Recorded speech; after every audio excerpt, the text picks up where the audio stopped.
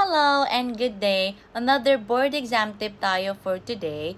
Nung nagre-review ako for both LET and NLE, lagi ako nagbabasa ng mga concepts na hirap ako at nakakalito talaga for me. Also, everyday on my free time, lagi ako nagsasagot ng mga board exam questions at least 10 items. Minsan, pag sinisipag ako, umaabot siya ng 30 items.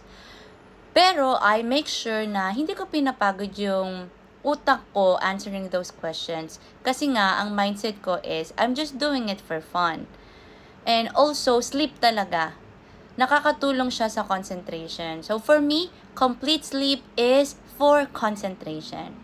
Lastly, but definitely not the least, prayers. So during review season, I always pray. Even after the board exams, I also pray.